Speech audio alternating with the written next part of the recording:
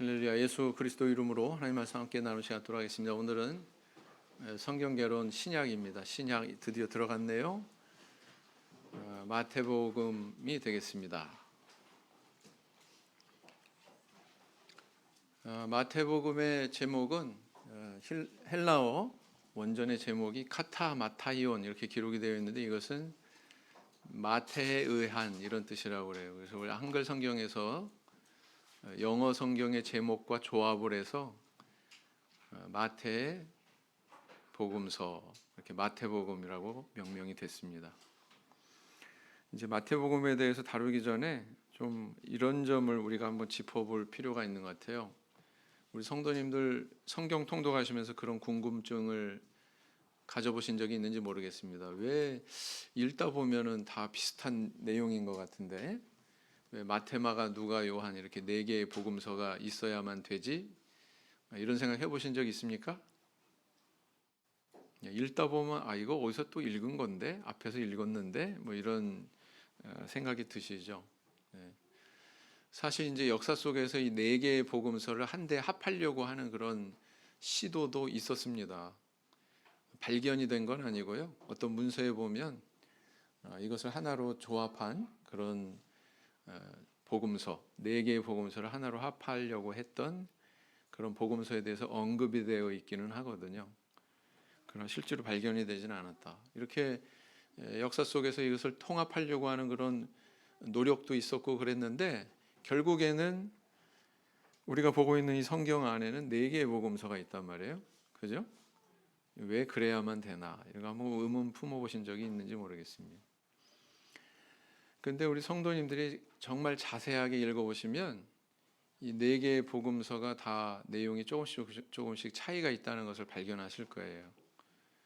마태복음에는 기록이 됐는데 마가 누가에서는 발견할 수 없고 요한에서도 역시 발견할 수 없고 마태만 기록한 그런 내용도 있고요.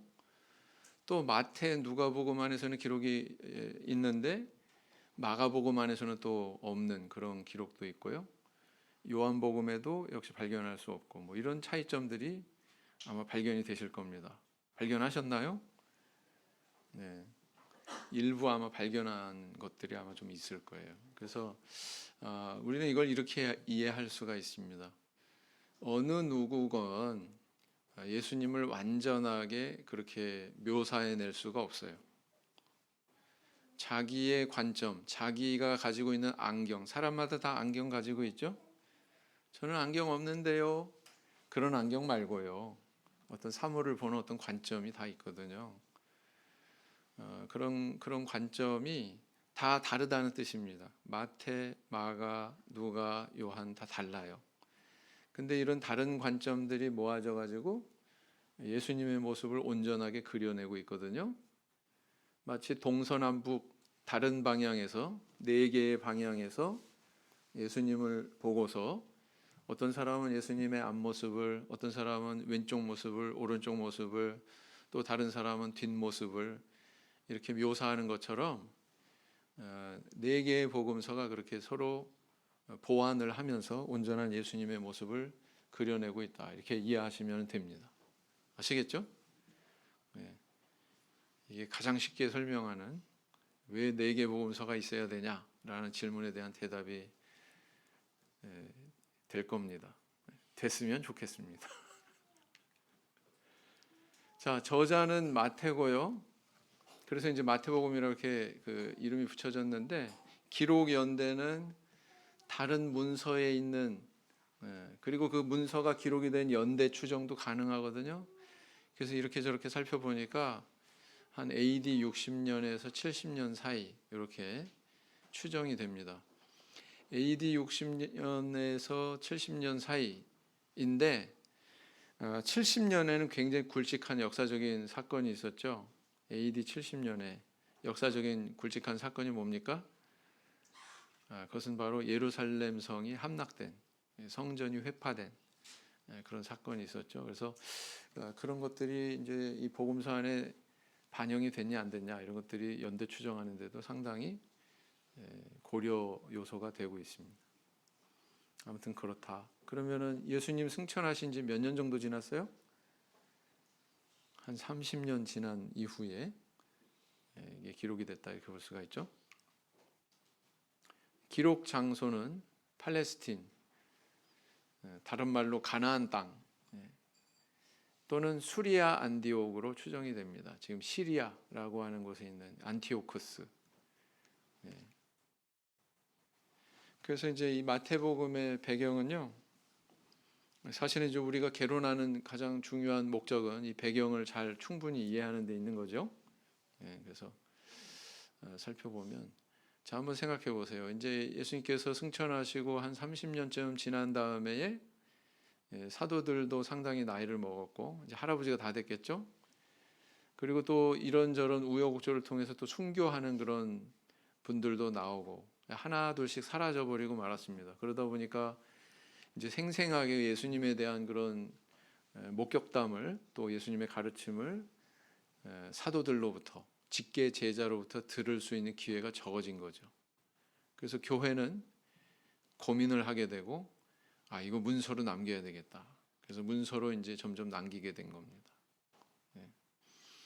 그래서 이제 이 예수님과 그분의 사역에 대한 내용을 다루는 복음서가 또 역시 기록이 되고 있습니다. 그렇다고 해서 신약 성경에서 복음서가 가장 먼저 기록이 된 건 아니에요.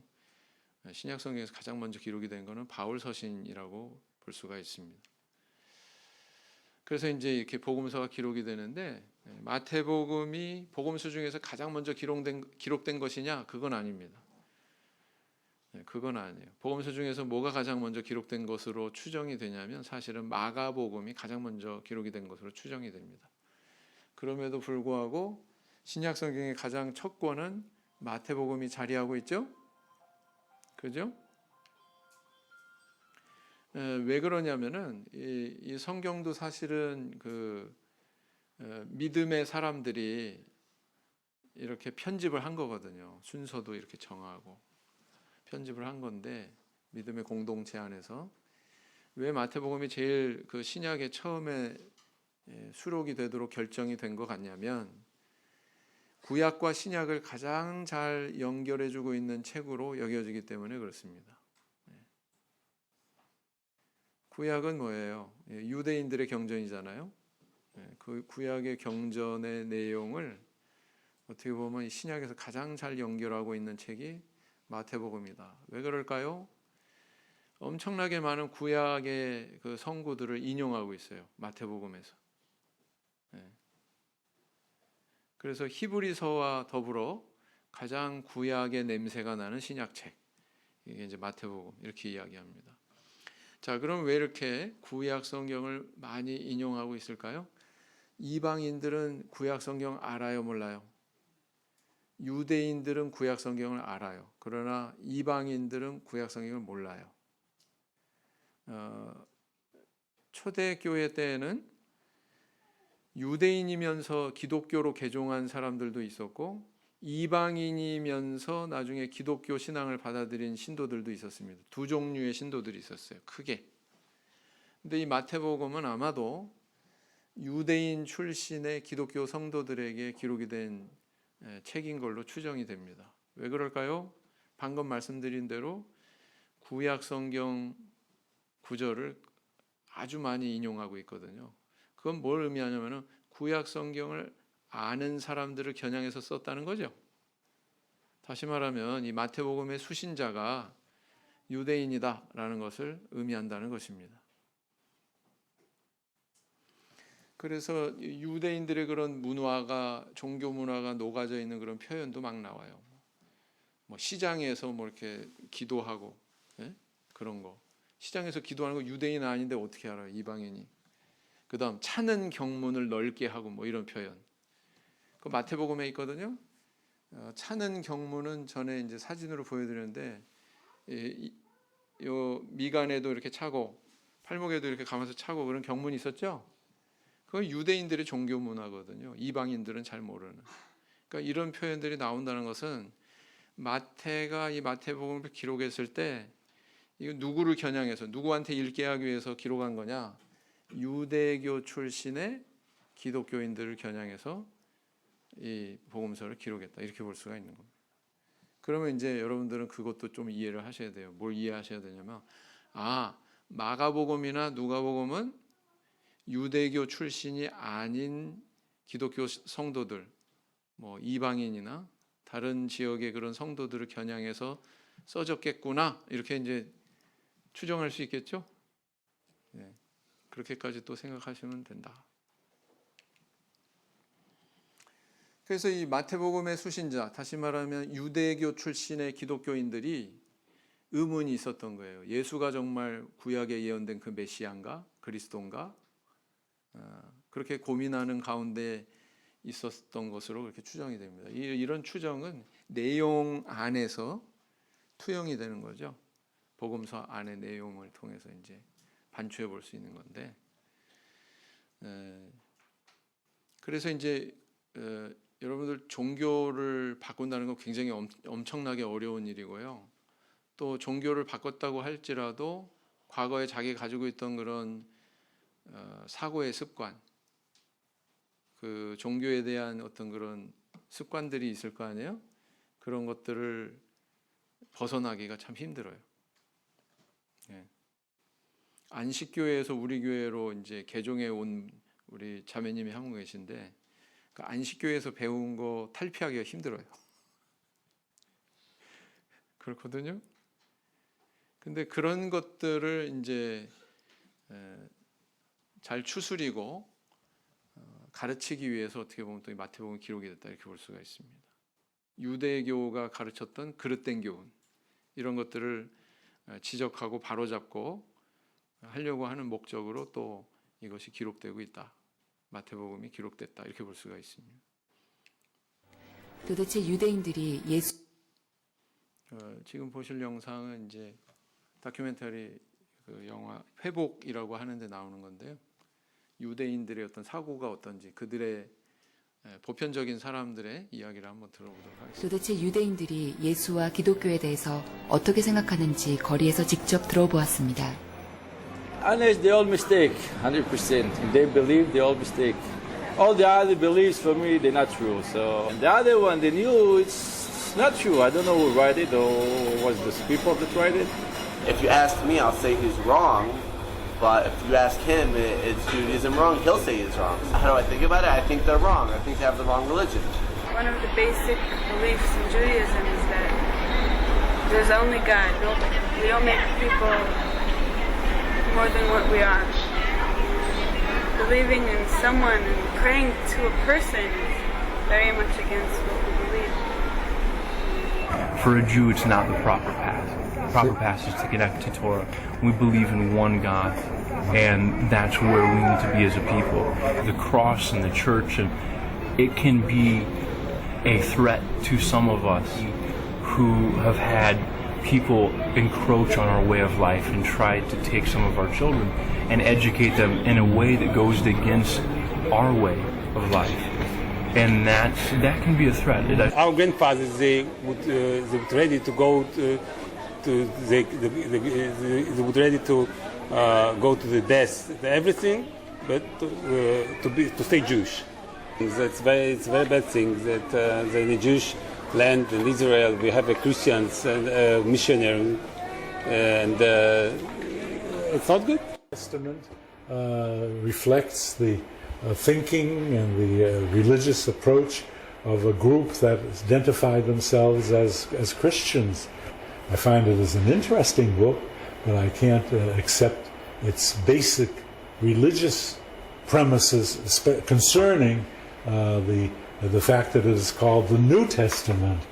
With us, there's only one testimony, and that's in the Hebrew Scripture.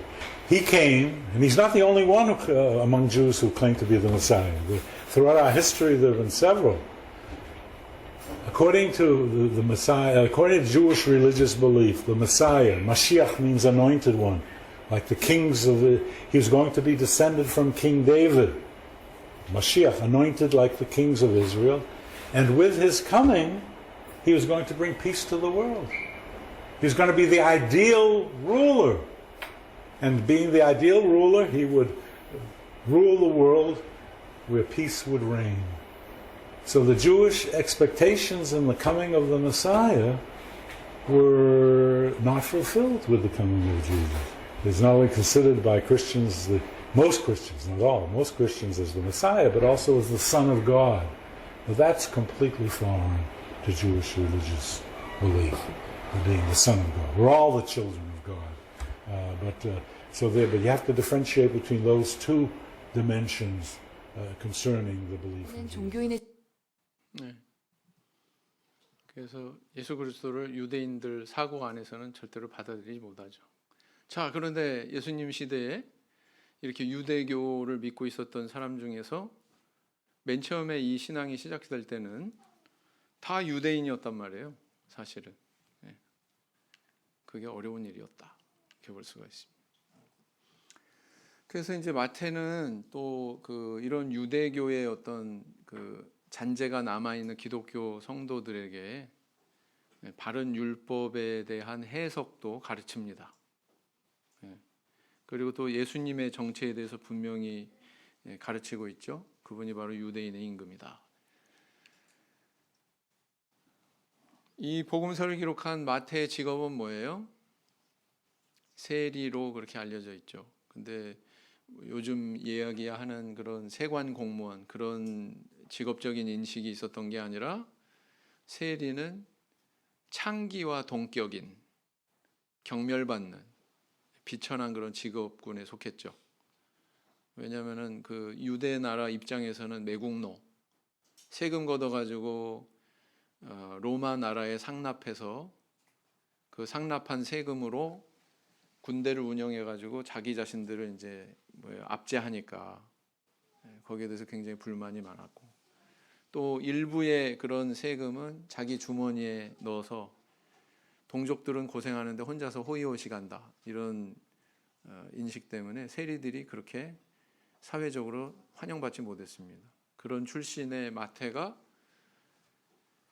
사실은 유대인들에게 가장 천대받았는데 그죠?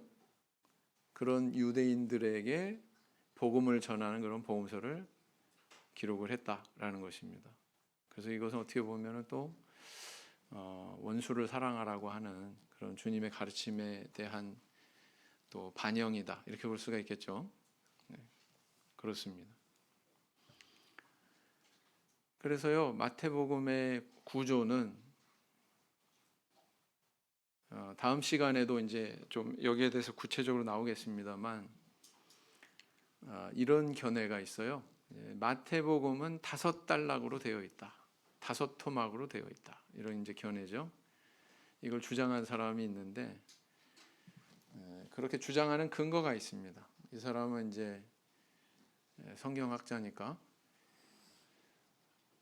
5개의 부분에서 발견이 되는 반복구가 있어요. 종결 후련 문구. 어려운 말인데 쉽게 우리말로 바꾸면은 예수께서 이 말씀을 마치심에 이게 5번 나와요. 마태복음에. 근데 우리 한글 번역 성경에는 이게 조금 다르게 번역이 되기도 하는데 원문을 보면 똑같습니다. 마태복음 7장 28절에 한번 나오고요. 11장 1절에 나오고요. 13장 53절에 나오고요. 19장 1절에 나오고 26장 1절 이렇게 5부분에 계속 똑같은 구절이 나옵니다. 그래서 이걸 기준으로 5단락으로 나눈다. 그 외에 다른 복음서에서는 누가복음 7장 2절에 요 예수께서 말씀을 마치심에 요게 나오거든요. 한 번 딱 나오거든요. 근데 마태복음에서는 정확하게 5부분에 요게 나오고 있다라는 겁니다. 자, 그래서 이게 원문 성경이에요. 저기 이제 회색으로 이렇게 표시된 걸 보면 모르시겠지만 생긴 모양을 한번 보세요.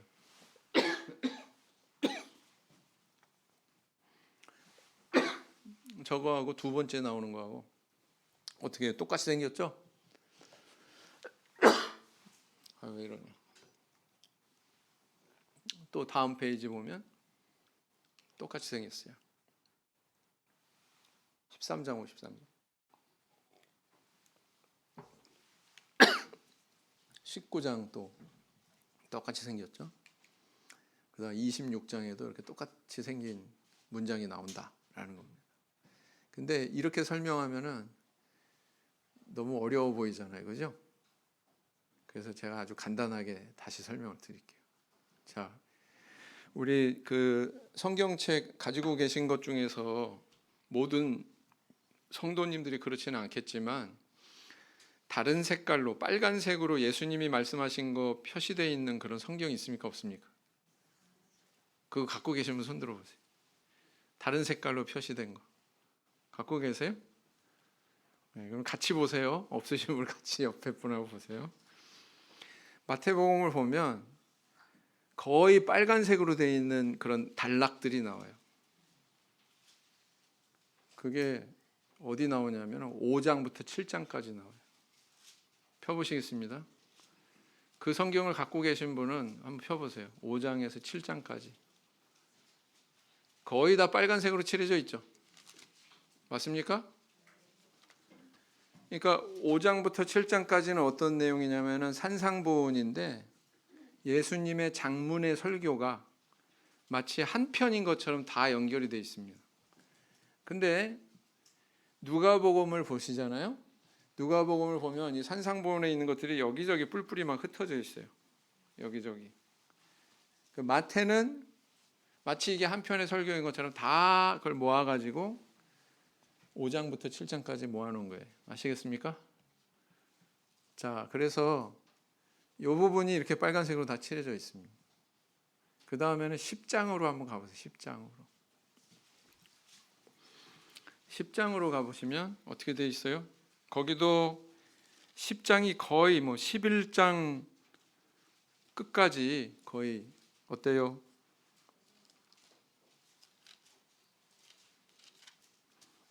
(10장) 전반부에 예수님 제자들 이름 이외에는 10장도 거의 뭐예요? 다 빨간색이죠?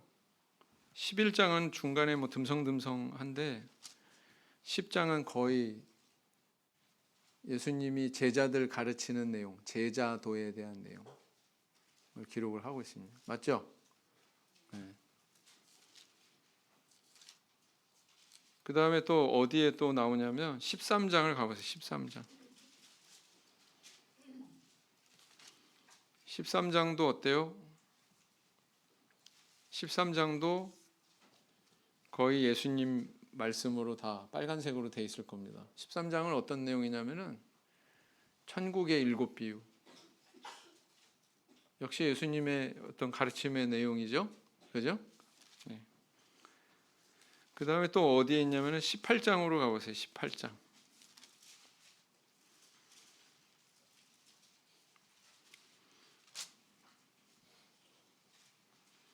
18장도 역시 어때요? 그 안에도 거의 빨간색으로 돼 있죠. 그래서 이렇게 보시면 18장의 내용은 어떤 내용인 것 같냐? 이거는 교회 치리에 대한 교훈이 여기에 집중이 되고 있다 이렇게 볼 수 있습니다. 교회의 공동체에서의 어떤 윤리 뭐 이런 것들을 다루고 있고 그렇습니다. 그 다음에 또 몇 장이 그렇게 돼 있나요? 그 다음에 24장으로 가시면은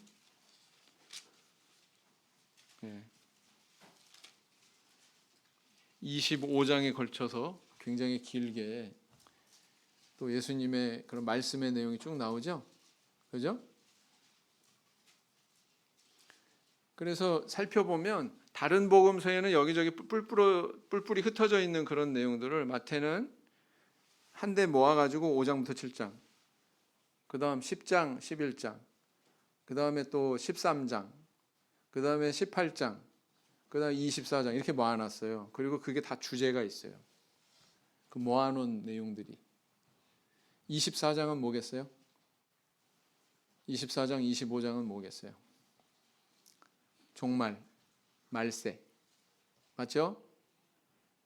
25장에 3개의 비유가 나오는데 그 비유는 다 유유히 흐르고 있는 밑바탕이 뭐냐면 말세를 배경으로 하고 있어요. 말세는 둘로 다 나눠지죠. 지혜로운 처녀, 뭐 미련한 처녀, 충성된 종, 불충한 종, 양과 염소 이렇게 둘로 나눠지잖아요. 맞죠? 그래서 이렇게 하나의 주제로 묶어가지고 5 부분으로 이렇게 구분을 하고 있다. 그래서 어떻게 돼 있냐면은 예수님의 가르침의 내용이 쭉 나와요. 이게 끝나면은 이 말씀을 예수께서 말씀을 마치심에 이게 나오는 거예요. 됐습니까? 그리고 나서는 어떤 내용이 이어지냐면 막 기적 행하시고 막 이렇게 뭐 안식일 논쟁 벌이시고 막 이런 내용들이 이제 사건 중심의 그런 내용이 또 나오다가 또 13장 가가지고 또 뭐 18장 가가지고 24장 가가지고는 또 예수님이 막 말씀으로 가르치고 막 이런 구조로 되어 있다. 그게 몇 토막이다? 5토막이다. 앞에 머리 부분, 꼬리 부분 빼고요. 머리 부분은 뭐냐면 예수님 탄생 기사, 그다음 동방박사 방문 요 부분 빼고, 그다음 예수님 순환 기사 요거는 빼고요. 가운데 있는 것만 보면 그렇게 5개 토막으로 구분을 해볼 수 있다라는 겁니다.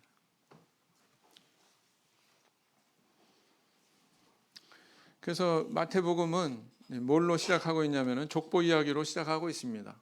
1장을 보면은 막 누가 누구를 낳고 참 지리알이 많지 이렇게 낳았다고 그렇게 이야기하죠.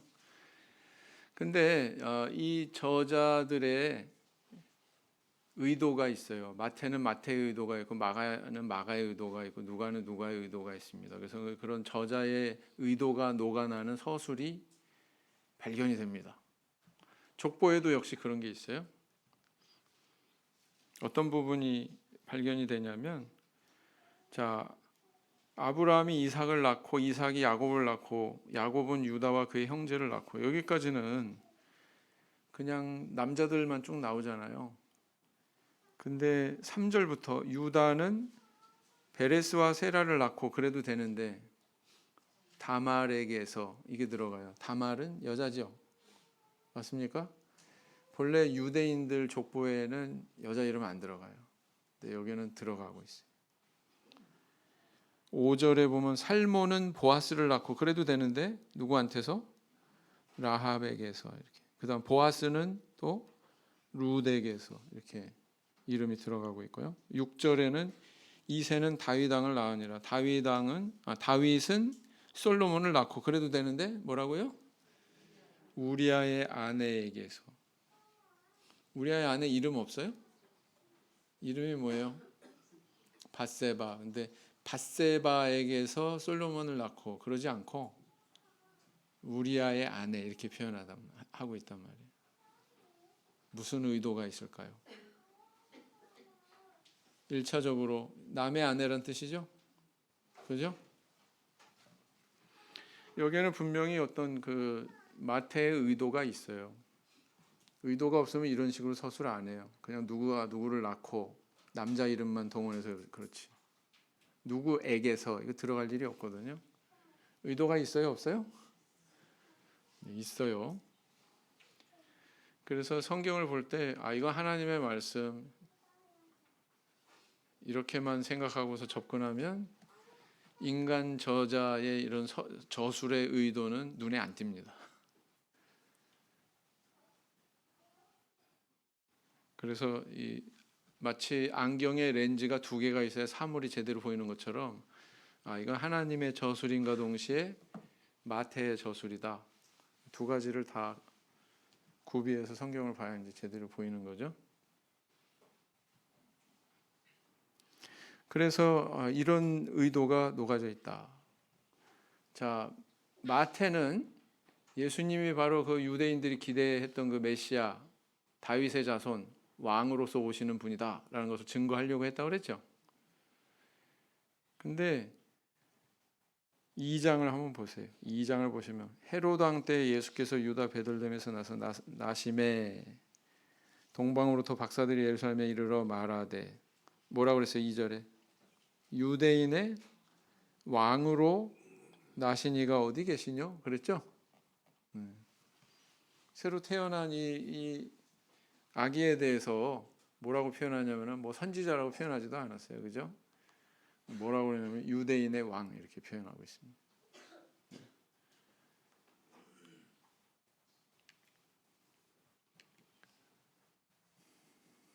예수님의 동정녀 탄생에 대해서도 나오고요. 이 동방 박사들이 이렇게 나타난 것에 대해서 우리는 어떤 관점을 가져야 되냐면 동방 박사들은 유대인이에요, 이방인이? 유대인이에요, 이방인이? 이방인이. 아마 이 동방 그러니까 뭐 해돋는 동방의 나라 한국 뭐 이런 데 얘기하는 게 아니에요. 이거는 이제 메소포타미아 지역에 있는 아브라함이 기거했던 뭐 갈대아 지방의 우루 뭐 이런데 그쪽을 이야기하는 걸로 추정이 됩니다. 가장 유력합니다. 이 사람들이 왜 왔겠어요? 목적이 뚜렷이 드러나죠. 경배하려고. 유대인의 왕한테 경배하려고. 근데 이게 얼마나 한심한 상황인지를 마태는 보여주고 싶어요. 유대인의 왕이 태어나는데 정작 유대인들은 왕 탄생을 알아요, 몰라요? 누가 와서 가르쳐줘요? 이방인이. 정작 본 백성들은 몰라. 자, 근데 유대인들이 얼마나 똑똑하냐면은 야, 메시아가 어디서 태어나냐 이렇게 알아봐 그랬더니 미가서 딱 5장 2절 한 구절 나오거든요. 유대 땅 베들레헴입니다 라고 종교 지도자들이 곧바로 대답합니다. 자, 어디서 태어나는지 알았어요. 근데 경배하러 갔어요, 안 갔어요? 유대인은 안 가. 근데 이방인은 가. 여기서부터 은연중에 마태는 유대인들 비판하고 있는 거예요. 이방인들 띄워주고 있는 거예요.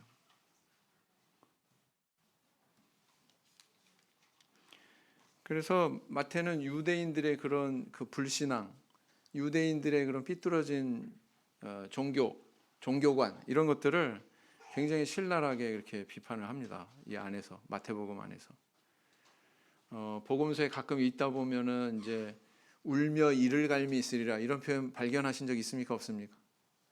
있죠? 그거 마태복음에 나와요. 마태복음에 울며 이를 갈미 있으리라가 한 6번 나오거든요. 근데 다른 복음서에는 누가복음에 꼭 한 번 나와요. 울며 이를 갈미 있으리라 이거는 누가 그렇게 된다는 거냐면 유대인들이 그렇게 된다는 거거든요. 그죠? 그다음 마태복음 8장을 한번 보세요.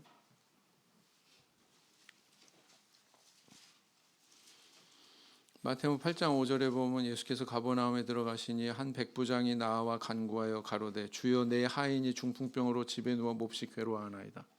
백부장이 병든 종을 위해서 예수님 앞에 나왔죠. 그래도 알아들었죠. 그런데 이 마지막 부분에 뭐라고 하냐면 10절에 예수께서 들으시고 기이 여겨 쫓는 자들에게 이르시되 내가 진실로 너에게 이르노니 이스라엘 중 아무에게서도 이만한 믿음을 만나보지 못하였노라 그랬어요. 누가복음 7장을 펴보세요. 여기 손가락을 딱 끼시고 누가복음 7장을 펴보세요.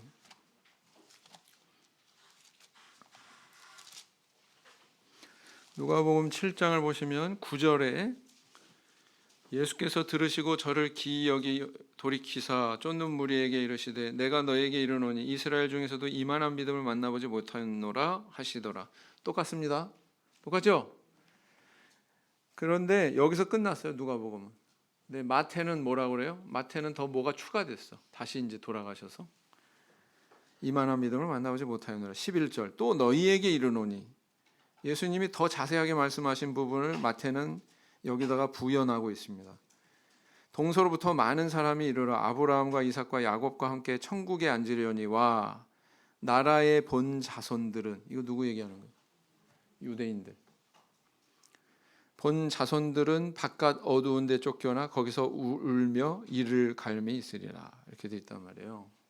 이거 누가복음에는 없는 내용이에요. 11절부터 나오는 내용은 마태복음에만 있어요. 여기서도 두드러진 게 뭐냐면은 유대인들을 겨냥해서 비판하고 있는 거예요. 그리고 이방인들이 아브라함과 이삭과 야곱과 함께 천국에 앉는다고, 그들이 구원받는다고 그렇게 얘기하고 있죠. 이대로 사도행전에 보면 바울 사도가 복음 전할 때 유대인들은 거부하고 이방인들은 받아들이고 그런 일이 일어납니다. 맞죠? 그렇습니다. 그래서 마태는 이런 뉘앙스로 그의 복음서를 기록하고 있구나. 유대인들에 대해서 엄청나게 비판하고 있구나. 그것을 우리 성도님들이 좀 아시면 마태는 이렇게 기록이 되고 있어.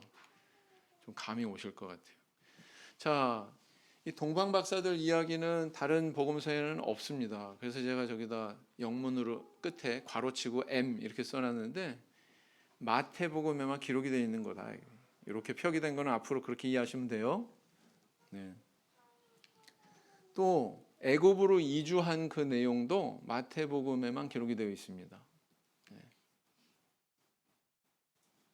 3장 1절부터 이제 7장 29절까지의 내용이 뭐가 나와요? 세례 요한의 출현.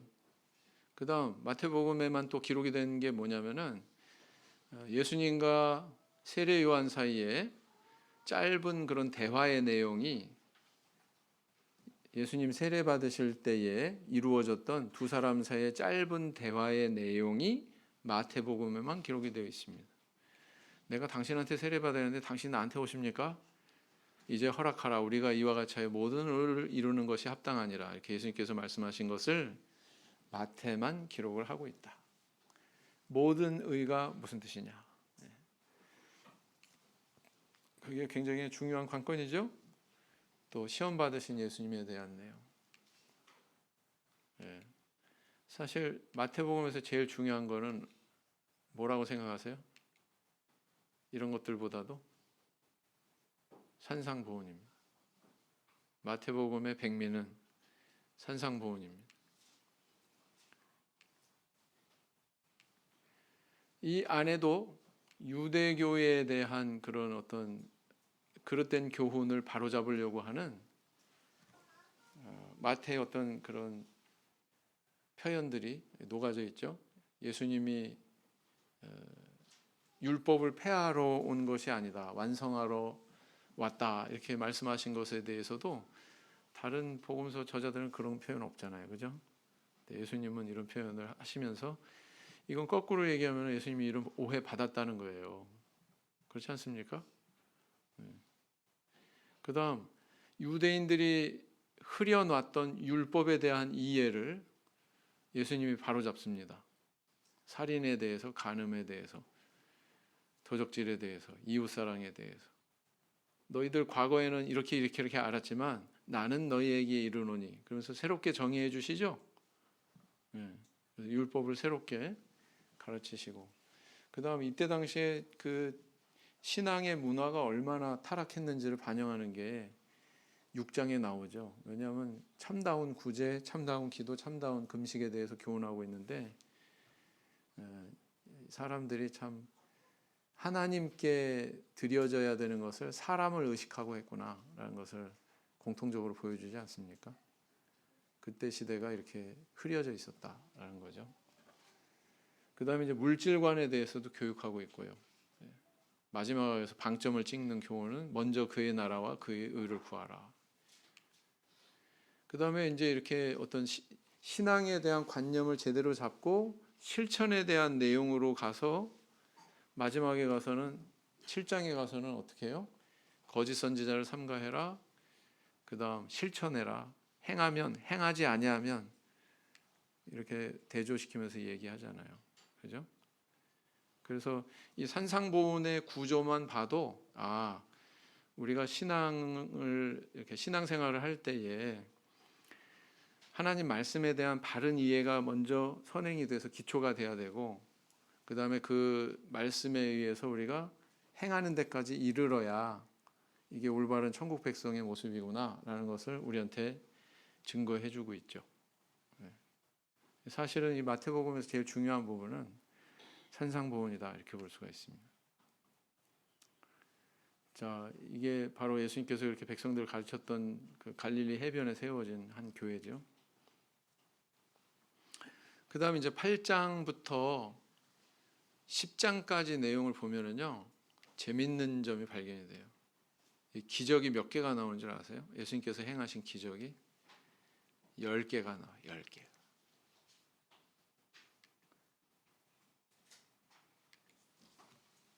뭐 세리 마태가 부름받는 그런 장면도 9장에 나오긴 하고 그러는데 이렇게 10개의 기적 이야기가 기록이 되어 있습니다. 어떤 사람은 이제 다음 시간에 두 번째 시간에 또 좀 다루겠습니다만 마태는 예수님을 제2의 모세로 그리려고 했다. 이런 관점이 있거든요. 모세가 애굽에 몇 개의 기적을 행해요? 10장, 그죠? 재미있는 또 비교점이죠. 그렇다. 10장의 내용은요, 제자도에 대한 내용이다 이렇게 볼 수가 있습니다. 제자들한테 이러이러하게 나를 쫓아야 된다. 나를 쫓는 길을 이러이러해야 된다. 뭐 두보롯을 가지지 말고 뭐 지팡이 뭐 어쩌고 저쩌고 하면서 소지품을 굉장히 제한하시죠. 그죠? 네. 그런 내용이 있고요. 11장에 가서는 이제 세례 요한에 대한 예수님의 증거, 오리라 한 엘리야가 바로 이 사람이다. 그다음 믿지 않는 고라신과 벳세다 지방 사람들에 대한 저주, 뭐 이런 내용도 있고요. 내게로 와서 쉬어라. 이 교훈도 마태복음에만 있죠. 그다음 안식일 논쟁에 대한 내용도 이제 본격화됩니다. 그다음 13장에 또 중요한 그 가르침들이 나오는데 천국의 7 비유, 천국은 무엇과 같으니 뭐 이렇게 쭉 나오죠. 그래서 천국에 대한 설명을 하고 있다. 그래서 마태복음 안에서는 천국이라고 하는 개념이 굉장히 중요합니다. 산상보훈이 뭐예요? 산상보훈은 천국 백성들이 지켜나가야 되는 윤리. 그죠? 그 다음 13장에서는 그 천국에 대한 7가지 비유. 이 천국은 궁극적으로 완성된 그 우리가 들어가게 되는 그 천국을 의미하는 게 아니라 지상에 세워진 천국, 교회의 특징에 대해서 이렇게 얘기하고 있는 거다. 이렇게 볼 수가 있습니다.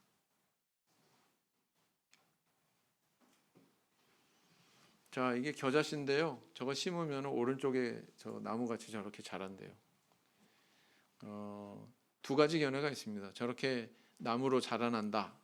저렇게까지 큰다.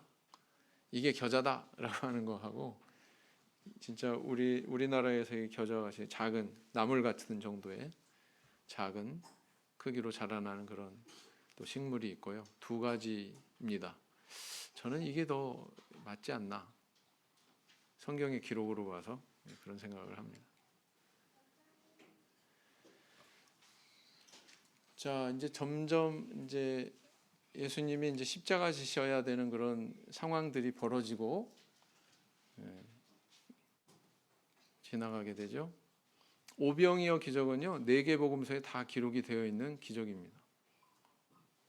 그다음 수면 보행, 이거는 무슨 의미일까요? 잠자면서 보행한다는 뜻이에요? 그게 아니고 갈릴리 호수 위를 걸은 그 내용을 기록을 하고 있는 거예요. 근데 마태복음은 특이하게도 마가, 누가는 생략하고 있는 베드로가 수면 보행 요구하잖아요. 예수님한테 만약 주시어든 나로 무리로 걸어오게 하소서, 뭐 이 대목이 마태복음에만 기록이 되어 있다라는 것입니다. 마태복음에만 기록이 되어 있습니다. 그래서 끝에 제가 M 이렇게 마태를 뜻하는 M 이렇게 써놨죠. 그 다음에 이제 베드로의 그리스도 고백, 주는 그리스도시요 살아계신 하나님의 아들이십니다. 이 제목이죠. 이 대목이죠. 그 고백이 있은 이후에야 비로소 예수님께서 첫 번째 순환을 예언을 하십니다. 야, 그런데 내가 여차저차해서 이렇게 죽임당하고 다시 살아날 거야. 근데 예수님의 순환도 못 받아들이는데 부활에 대해서 귀에 들어올까요? 안 들어올까요? 당연히 안 들어오겠죠. 이게 3번 이루어집니다. 3번. 2번째 순환 예언. 근데요, 중간에 변화산 사건이 나오잖아요. 첫 번째 순환 예언이 있은 후에 변화산 사건이 있는데, 변화산 사건은 뭡니까? 베드로, 야고보, 요한 데리고 높은 산에 올라가는데 예수님이 갑자기 변하셨어. 한쪽에 모세, 한쪽에 엘리야가 딱 나타났어요. 그 모세인지 엘리야인지 어떻게 알았을까요? 본 적 있어요? 제자들이? 예, 우리가 천국 가면 다 알게 된답니다. 예, 누가 누군지 다 알게 된대요. 그냥 이름표 안 봐도, 그죠? 이거를 왜 보여주냐 이거예요. 이거를 예수님께서 이런 순환 뒤에 있을 영광의 모습을 예수님이 미리 보여주신 거거든요. 사실 맥락이 있는 겁니다. 그러니까 제자들한테 그것을 미리 이렇게 보여주신 거예요. 나중에 베드로후서에 보면 베드로 사도가 이때의 사건을 회상하면서 기록한 내용이 있죠. 그 내용의 본질은 뭐예요? 우리의 부활이 이렇게 확실하다. 이 신앙 위에 서야 된다. 그거지 않습니까? 그걸 위해서 예수님께서 이렇게 보여주신 거예요, 사실. 그래서 2번, 뭐 3번, 뭐 이렇게. 이건 뭐냐면은 이게 베드로 물고기예요. 지금 갈릴리 호수에 가잖아요. 이거 팔아가지고 장사해요, 사람들이. 근데 이 물고기 이름이 뭐예요? 베드로 물고기라고 본인들도 얘기해요. 근데 베드로가 누구예요? 몰라요. 자기들이 불러 베드로 물고기라고. 근데 이게 왜 베드로 물고기예요? 몰라요. 유대인들이. 이 물고기 입속에서 성전세로 낼 한 세계를 구하는 이 대목은 이것도 마태복음에만 기록이 되어 있죠. 그렇습니다. 그 다음에 이제 이런 것들은 다른 복음서에도 다 있는 것들이죠. 포도원 소작인의 비유는 그렇지 않고,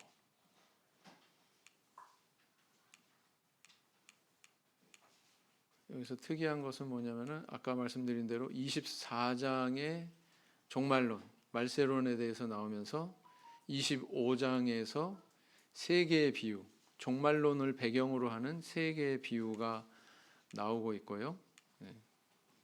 그리고 이제 예수님의 십자가 순환 기사 이렇게 구성이 되는 것이 마태복음의 내용이 되겠습니다. 그리고 마지막에 가서는 예수님이 뭐라고 제자들한테 말씀하셔요? 최후에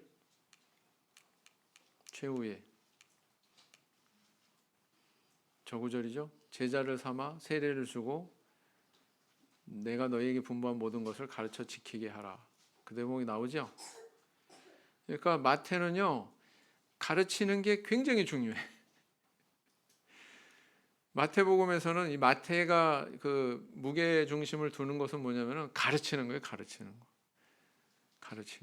산상보훈 가르치죠. 제자도 가르치죠. 천국에 대해서 가르치죠. 교회의 7위 원리에 대해서 가르치죠. 종말론에 대해서 가르치죠. 가르치는 걸 굉장히 중요하게 취급하고 있다.